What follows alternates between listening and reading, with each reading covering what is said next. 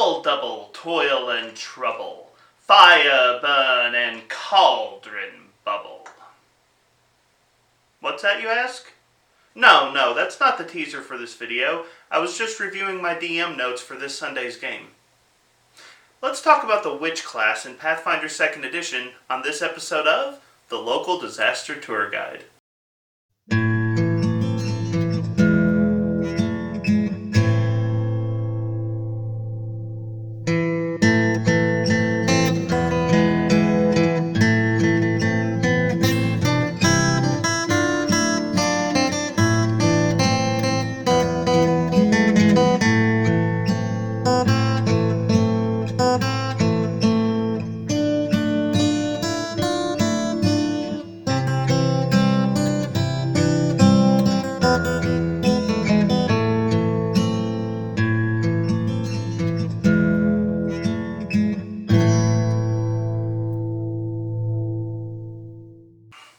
Hello travelers and tourists, my name is Mark and I am the local disaster tour guide.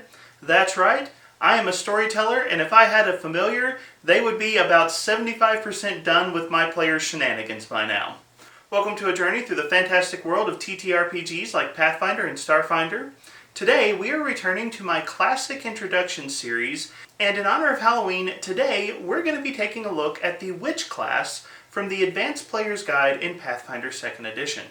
I posted a poll on my YouTube page to see which class you all wanted me to do for the Halloween season, and I suspected that the Witch class would win. It did win by a pretty sizable margin, but I did notice that about 1/5 of you all were voting for me to do the Investigator because you all know that it is my least favorite class and you thought it would be funny to have me go ahead and do that one.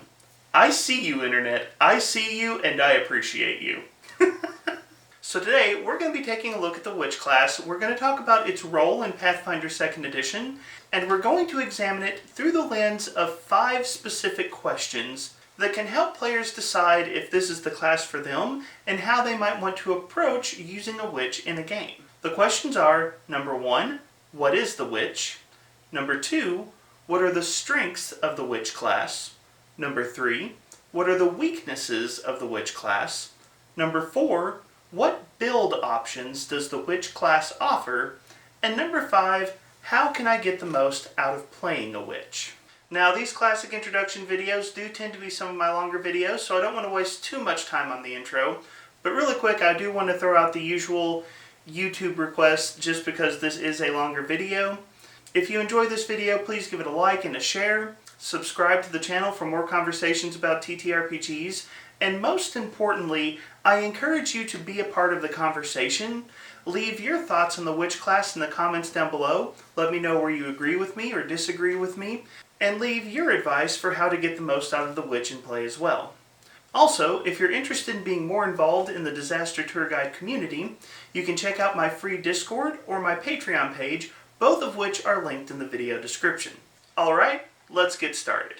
Alright, so our first question, anytime we do one of these classic introduction videos, is to examine what the class role is. We ask, what is the witch?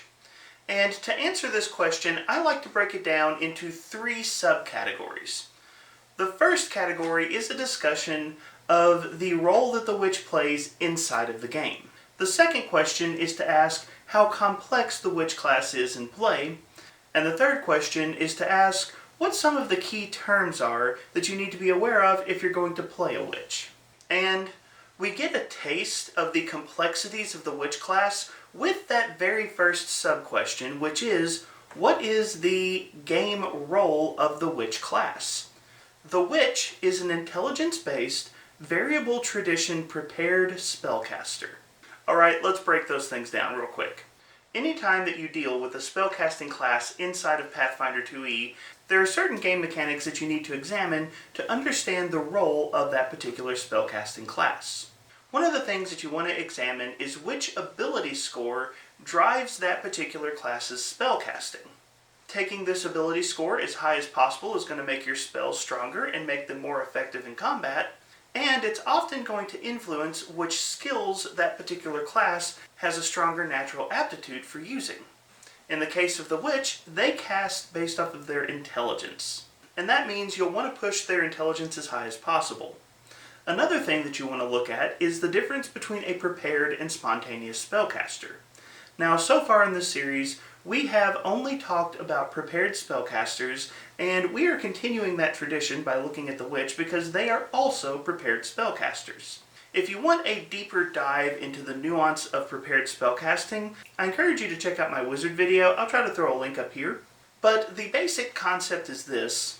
As a witch, at the start of every day, you will spend time preparing the spells that you hope to use during that particular day.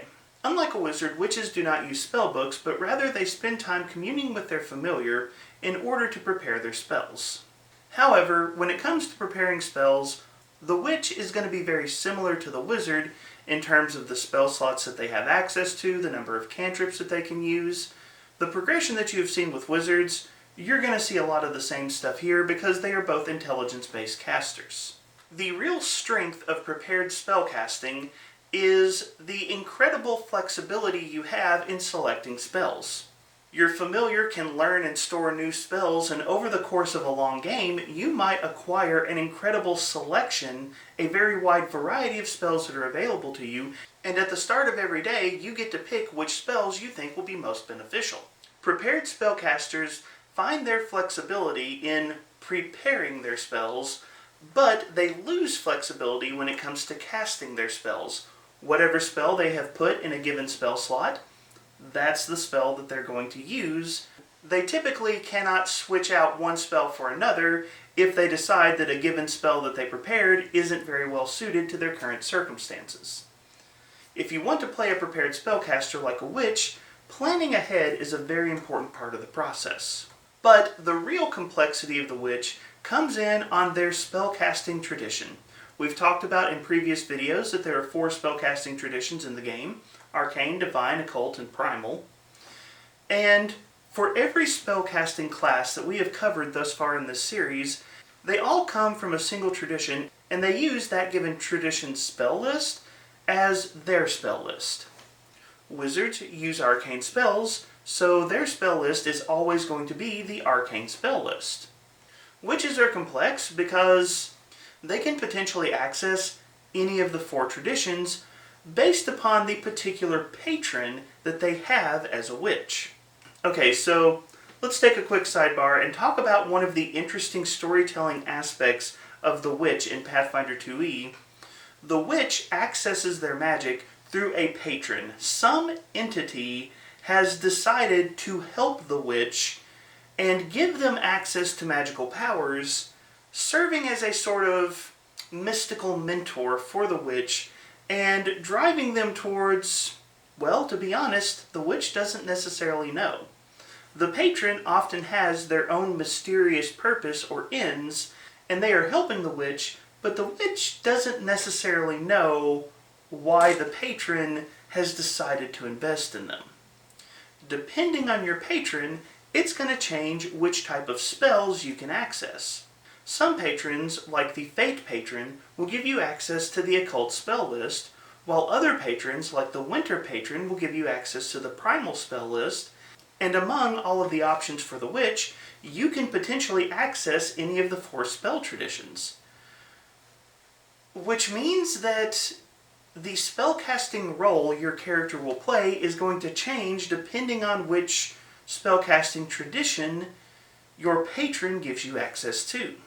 As an occult spellcaster, you probably focus on mental effects and emotion effects, and you're probably stronger at buffing your allies or debuffing your enemies, whereas an arcane or primal witch might find themselves better suited to the role of a blaster caster, and if you're a divine witch, you probably have access to really strong healing effects.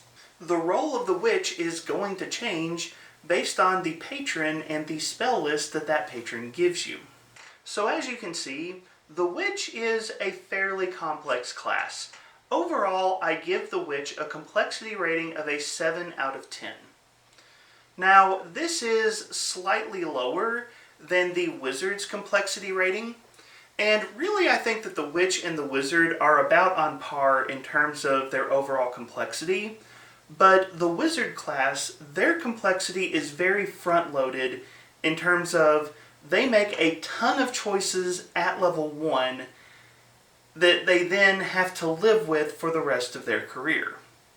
The witch has a lot of complexity, but that complexity is spread out more over the course of your character progression, meaning that you'll make some choices early on, but then you get to build on those choices as you go, and since you have more time to adapt your choices and get a feel for how your character plays, I feel like the witch is a little bit more accessible just because you're not making so many heavy decisions right at the start of your build. Still, for anyone who is considering playing a witch in Pathfinder 2e, I just want to say be aware that this is a somewhat complex class, and there are going to be a lot of things you're going to need to take into consideration when building and playing a witch. Now, I do want to go ahead and give you my typical grain of salt that comes with a complexity rating in any of these videos.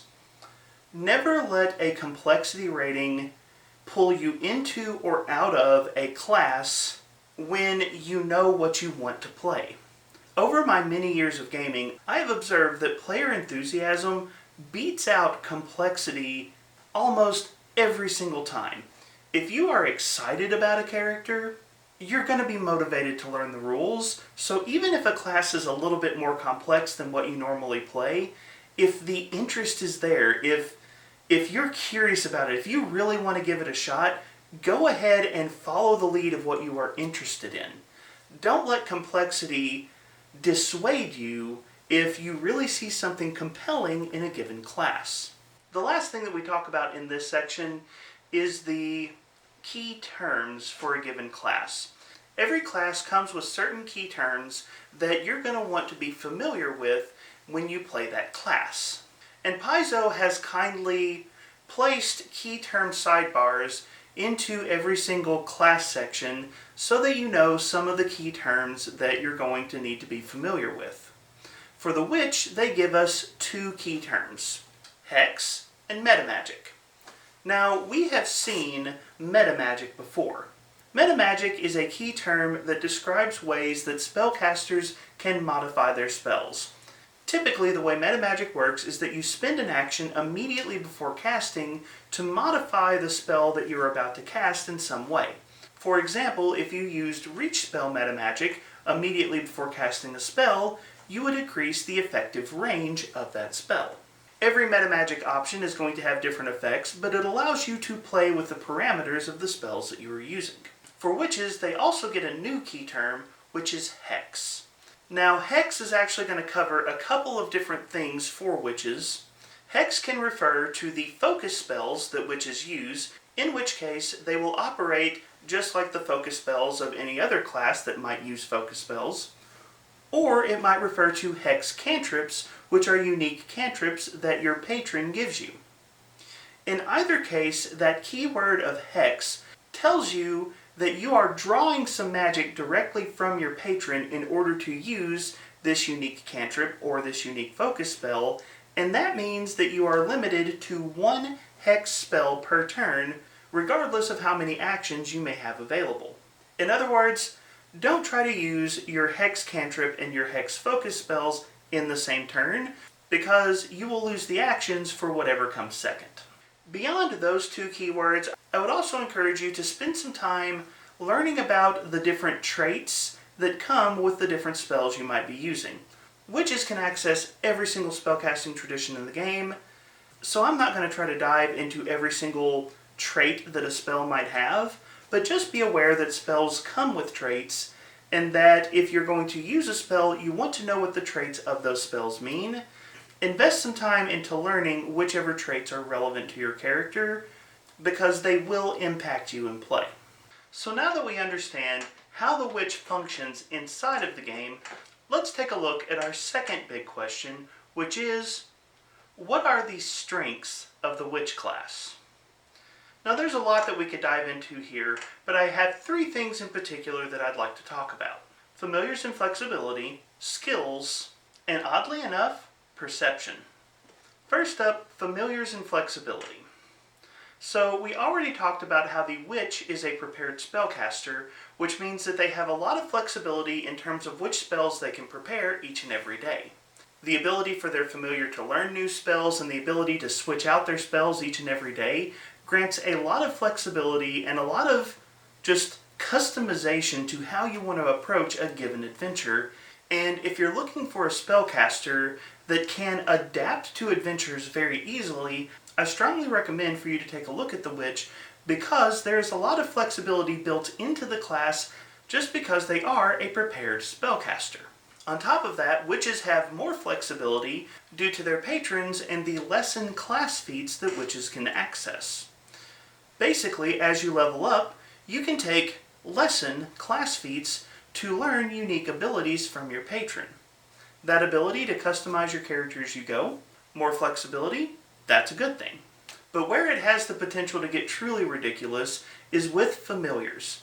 Every witch will get a familiar that was sent to them by their patron, and witches get more familiar abilities than any other class. Witches can upgrade their familiars more, and they have several class feats that allow them to further upgrade their familiar. If the idea of a magical pet is important to you, witch is the class for you. The ability to customize and create a familiar that is truly unique to your character and that has some truly unique roles inside the game, it is spot on for this class, and it's definitely one of the selling points for this class. The second strength that I want to talk about real quick is the witch's skill points. Now, to be fair, it doesn't seem like witches get that many skill points on first glance. They will get one skill that is determined by their patron, and that skill is always going to be the skill that is associated with their spellcasting. If you're an occult caster, you get the occult skill. If you're a divine spellcaster, you get the religion skill. Primal gets nature, arcane gets arcana. So one of your skills is always going to be one of those four. Then you get 3 skills plus your intelligence modifier, plus whatever you might acquire from your background or ancestry feat choices, things like that. But the key thing I want you to notice is plus intelligence modifier. As a witch, you are almost certainly going to be starting with a +4 intelligence modifier, and even if you didn't max out your intelligence, you still probably have a +3. That means that as a spellcaster, you get a ton of skills. And one of the great things about spellcasters is you don't have a lot of must-have skills.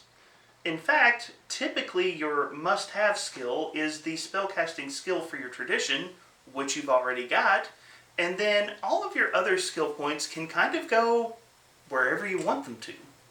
Witch is a spellcasting class that really has the ability to tailor their skills to whatever image you have for your character. Do you imagine yourself cooking up magical potions in your cauldron? Then you can very easily pick up crafting. Are you a night witch more concerned with sneaking up on your foes? Stealth and thievery are quite easy to pick up. You will easily have enough selections that you can really tailor your skills to whatever feels right to you. Now I will say this, because you are an intelligence-based caster, it's probably a good idea to pick up at least a few skills that have the recall knowledge activity as one of the options for that skill. Because your intelligence is high, you are naturally skilled at recalling knowledge, so those skills tend to be skills that you're probably going to be good at anyways. So if you're struggling to decide exactly what skills you want, anything that allows you to recall knowledge is probably a healthy choice for you. Now, the last strength that I want to talk about real quick is one that may come across as a little odd to some people watching this video, and that is perception. Witches have an unusual amount of perception options built into their class feats.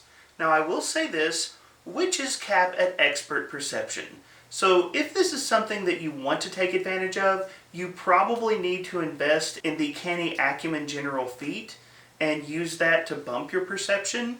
But with class feats like Wart Witch and Merc Sight, and the feat that allows you to literally see through the eyes of your familiar, you have some interesting ways to get around some of the normal restrictions that might affect the perception of your allies.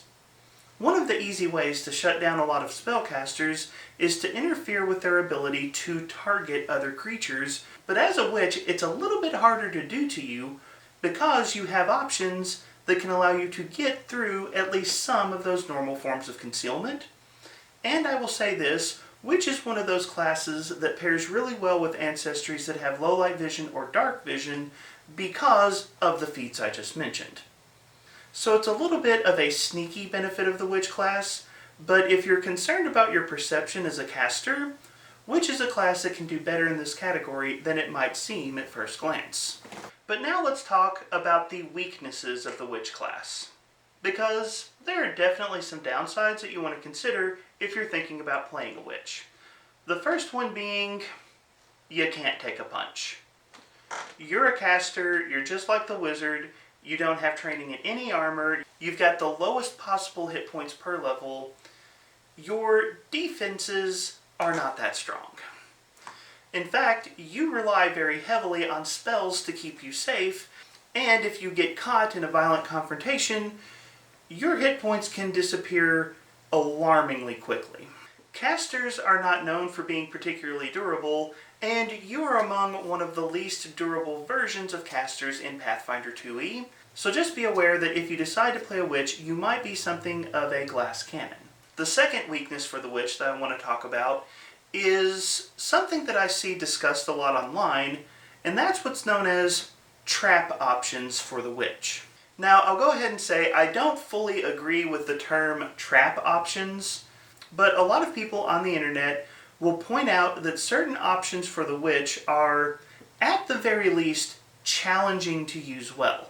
Examples could include the Living Hair class feat and the Eldritch Nails class feat. Why? Well, those two class feats give you access to an unarmed attack, but we just talked about the fact that you're one of the most breakable classes in the game. You probably don't want to run up into melee and start clawing people with your nails when you have a lot less hit points than whatever it is you're trying to claw. Other people like to point out that the cauldron style feats for the Witch end up being a really weak version of the Alchemist. You can't do quite as much as the Alchemist does, you have fewer options than the Alchemist, and as a result, people see those feats again as sort of a trap. As I said, I don't fully agree with the term trap, but I do think if you are looking at the Witch, it is worth realizing that certain feats are sort of advanced options for the Witch. When I play a caster, they usually carry a backup weapon of some kind. Hopefully, I'm not going to use that weapon. If they've got a staff, if they've got a crossbow, hopefully I do not need to employ it because I know that is not their ideal way of handling combat. But situations might arise where I need it, so typically I'm going to have one anyways. When I look at feats like Eldritch Nails or Living Hair, that's kind of how I see those feats. It is a class feat that gives you a unique weapon as a Witch that you have on you at all times. Is it your primary recourse in a fight? Definitely not. But if you're in a desperate situation, is it nice to have it on hand? Yeah, it could be. They are flavorful, but they shouldn't be seen as core to your identity if you're choosing to play a Witch because you are still a spellcaster. Speaking of still being a spellcaster, let's talk about the cauldron feats. You are a really weak alchemist. Well, to be fair, you are a full, flexible, prepared spellcaster with an incredible spell list, who also can do a few alchemist things as well. Granted, those things are not going to be nearly as strong as an alchemist would be. I look at the cauldron feats as sort of a weak alchemist multiclass. It is a sort of niche option for the Witch that they can invest in without the restrictions that come with a multiclass dedication. Is it the core of what your character can do? Is it your strongest option? Again, like the hair and nail feats, no it's not, but is it something that could be nice to have? Yeah, I think so. If you're considering the Witch, I strongly encourage you to do some research and kind of identify which feats might be a more advanced option for the Witch and know the difference between the things that are core to your play as a Witch, which is your spellcasting, and things that are supplementary, such as the unique unarmed strikes or the cauldron or things like that. Finally, the last weakness that I want to mention with the Witch is one of those classes that has the fewest options, at least presently, in Pathfinder 2e. It was published in the Advanced Player's Guide, and there haven't been a lot of extra options released in supplementary materials meaning that right now the number of options for the witch are kind of limited. I do think down the road they will release more patrons, I think they'll release more lessons, and they've definitely released a lot more familiar abilities. So I certainly think that the witch has a lot of room to grow, but just be aware that the options are currently a bit limited. Okay, so now let's talk about our fourth big question of this video, which is, what build options does the witch offer me? And allow me to say that one of the things I really appreciate about the witch is how customizable this class is. You can really build the character that you want to play. If you've seen some of my other videos, or if you saw my crossover with Nonat's channel, you know that I think the witch has arguably some of the best storytelling potential built into the class, just in terms of how its class features work. I really love how much you can take this class and really build something that is unique and that is your own. With that being said, there are essentially three major choices that you want to consider in terms of customizing your witch for Pathfinder 2e. Those are your familiar, your lessons, and your patron. And I'll go ahead and say, we're not going to spend too much time on familiars or lessons. I'll discuss them really briefly, but we're going to spend a little more time on patrons because your choice of patron is a little more impactful, and it is definitely your most important choice at level 1. So first up, as I've mentioned previously in this video, all witches get a familiar, and witches get more familiar abilities than any other class that can access a familiar. That means that a witch familiar is a very versatile, very customizable aspect of the character that you are playing, and to be entirely honest, that's why I'm not going too deep into familiars here. Last month, I did an overview of the animal companion mechanics in Pathfinder 2nd Edition, and if you've seen that video, animal companions got a lot going on, and familiars are kind of the same way. I actually have a standing request from one of my patrons to do a video specifically on familiars, and I do have that as an item that I plan to put into my video schedule at some point. I'm hoping to have that video in November. No promises. When it comes to familiars, there's a lot going on, so for now we're just going to say familiars is one of the things you need to look at, but we'll save that conversation for its own separate video. Another major element of customization for the witch is the lessons that your patron can teach you.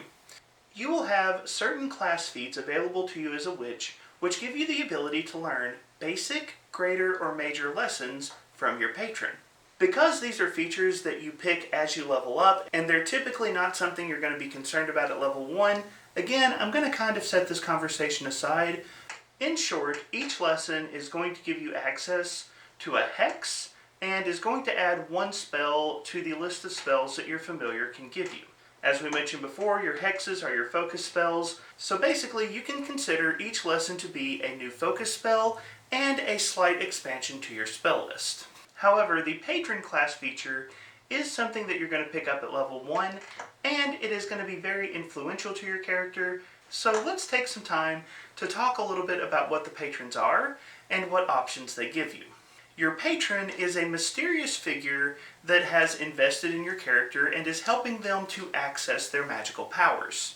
Your patron sends you your familiar, and in fact, if your familiar dies, your patron sends you another familiar the very next day. As we've noted before, you do not necessarily know what the motives or goal of your patron is, and as they are investing in your character and helping your character, they may also be pushing your character towards some sort of mysterious end. I love the patron class feature because there is a ton of storytelling potential here, and I could honestly spend a lot of time on this, so I'm going to restrain myself and not do that because I don't want this video to be too long. However, one thing to understand about patrons is that, for the most part, patrons are not named, they are themed.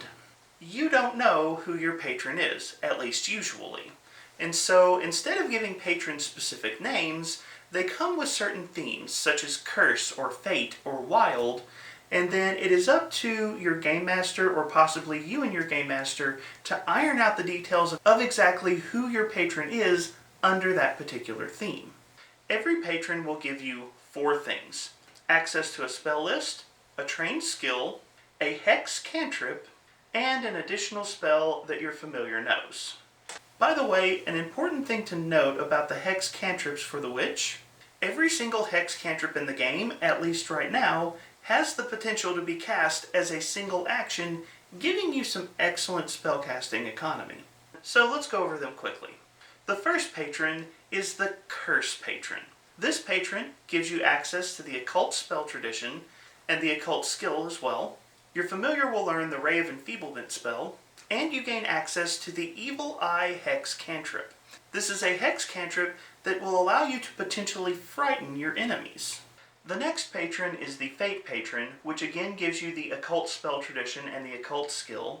It will teach your familiar the True Strike spell, and will give you access to the Nudge Fate Hex Cantrip, which you can place on one of your allies and potentially change a critical failure to a failure or a failure to a success on several different types of rolls. Think of it as a situational buff for one of your team members. If you're interested in playing a witch that has access to the Divine Spell Tradition, at the moment your only option is the Fervor Patron. It'll give you access to the Divine Spell list and the Religion skill. Your familiar will learn the Command spell, and you'll gain access to the Stoke the Heart Hex Cantrip. This spell basically serves as a damage buff for one of your allies. The next patron is the Night Patron, and this is another occult tradition patron, which means you'll also have the occult skill.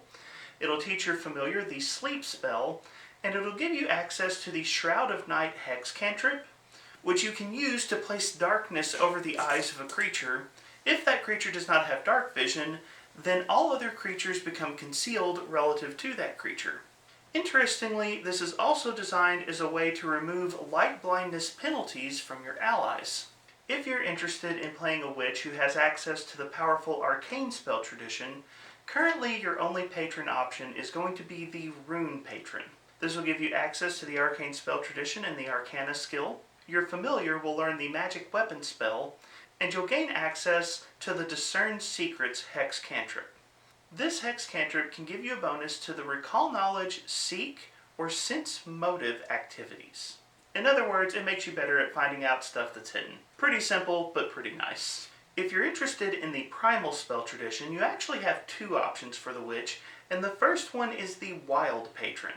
This gives you the Primal spell tradition and the Nature skill. Your familiar is allowed to learn either the Summon Animal or the Summon Plant or Fungus spell, and you gain access to the Wilding Word Hex Cantrip.